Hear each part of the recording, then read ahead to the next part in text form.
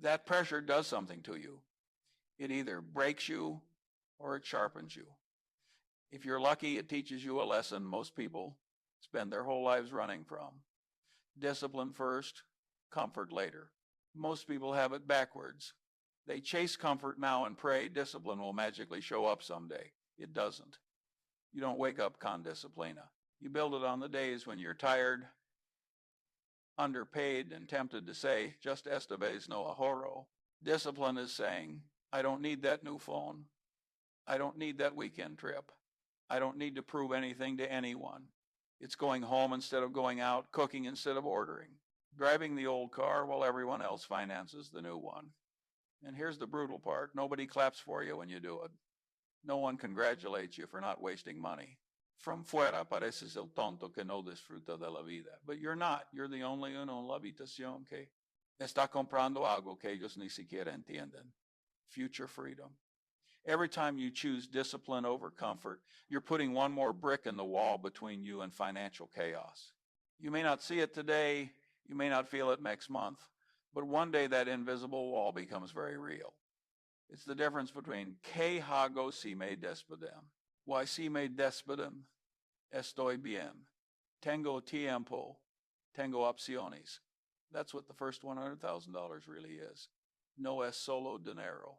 Es la prueba de que cuando tu ego quería comodidad, tú elegiste carácter. Y una vez que has vivido así, volver atrás a la comodidad vacía, ya no te parece tan cómodo. People love to dream about wealth as if it magically appears the moment they figure life out. But no one tells you the truth. Before you touch real money, before compounding feels real, before the world takes you seriously, you have to become a different person.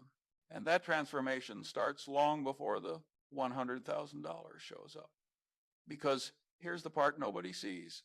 Saving that first $100K isn't just a financial challenge, it's a psychological war. Every day, you fight a version of yourself. The you that wants comfort, the you that wants quick rewards, the you that wants validation from others, the you that wants to look successful instead of be successful, and the worst enemy, the you that believes discipline is optional. When I was young, nobody cared about discipline. Nobody praised you for being responsible. Nobody admired you por ser prudente.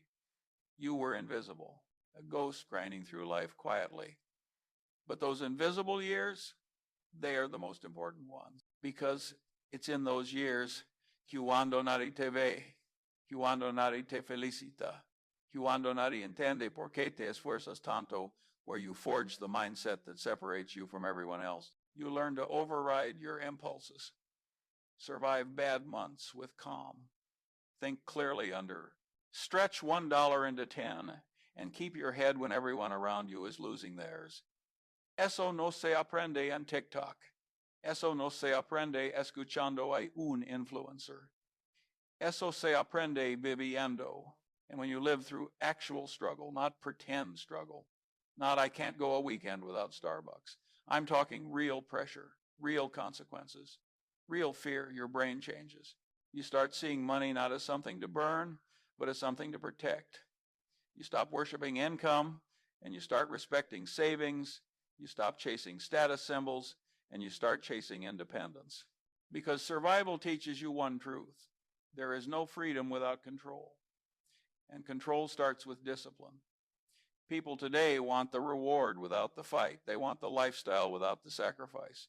They want the financial freedom, but refuse to experience the financial discomfort that builds it. They want to jump straight to the part where money works for them, skipping the part where they learn to control themselves. But here's the truth they avoid. If you can't manage $50, you won't manage $50,000. And if you can't manage $50,000, you'll never manage $500,000. The first $100K is not built with spreadsheets. It's built with identity, with patience, with restraint, with the thousands of tiny decisions nobody applauds. And that is what makes saving $100K so different from everything else. It isn't the money that changes your life. It's the process that changes you. You stop being the person who reacts. You become the person who chooses. You stop being the person who spends to feel better. You become the person who saves para estar mejor mañana. You stop living for today. You start building for decades. That's the shift. That's the evolution. That's why Munger always said the first $100K is a nightmare, but a necessary nightmare, because once you build that version of yourself, the disciplined version, the rational version, the independent version, nobody can take it away from you. And that version of you, by the time you start saving real money, something fascinating begins to happen. Your habits change before your bank account LOHAS. Your mindset evolves months before your net worth low nota. And here's the brutal irony. You become wealthy internally long before you ever look wealthy externally. Mientras tus amigos gastan para verse ricos, tú haces lo opuesto. Te vuelves invisible. Invisible, but dangerous. Invisible, but focused. Invisible, but building an engine they can't even comprehend. Because the first $100K isn't about stacking money. It's about stacking character. Let me tell you something most people never understand. Money doesn't change you. It reveals you. But discipline that creates you. And this is where the game flips. When you're saving the first $100K, you feel every dollar, every sacrifice, every no puedo, permitírmelo. You feel slow. You feel behind. You feel like everyone else is advancing except you. Pero lo que no ves es esto. Slow is smooth. Smooth becomes momentum. Momentum becomes compounding. Compounding doesn't reward speed. Compounding rewards consistency, even when that consistency feels humiliating. People think the first $100K is about math, interest rates, index funds, portfolios. Idiocy. The first $100K is about shutting your mouth, ignoring the noise, not taking the bait, not reacting like everyone else, staying calm when your emotions scream otherwise. It's emotional training disguised as finance. Because once you've developed that kind of emotional discipline, you become someone the world can't push around anymore. You stop panicking when prices drop. You stop celebrating foolishly when prices rise. You stop following trends just because they're trending. You start seeing through the nonsense. La gente dice, esto va a cambiar tu vida. No. Lo que cambia tu vida es aprender a decir, I don't need it. I don't believe the hype. I think long term. And nobody tells you this. Every time you resist temptation, your future gets louder. Your freedom gets bigger. Your options get wider. You become the kind of person money gravitates toward, not the kind of person money runs away from. And here's where the real magic begins. After $100K, money becomes a partner. Before $100K, it was an enemy you had to conquer. Before $100K, every dollar feels like a fight. After $100K, every dollar feels like an ally. People talk about passive income like it's a toy. No. Passive income is the reward you earn once you become a disciplined human being.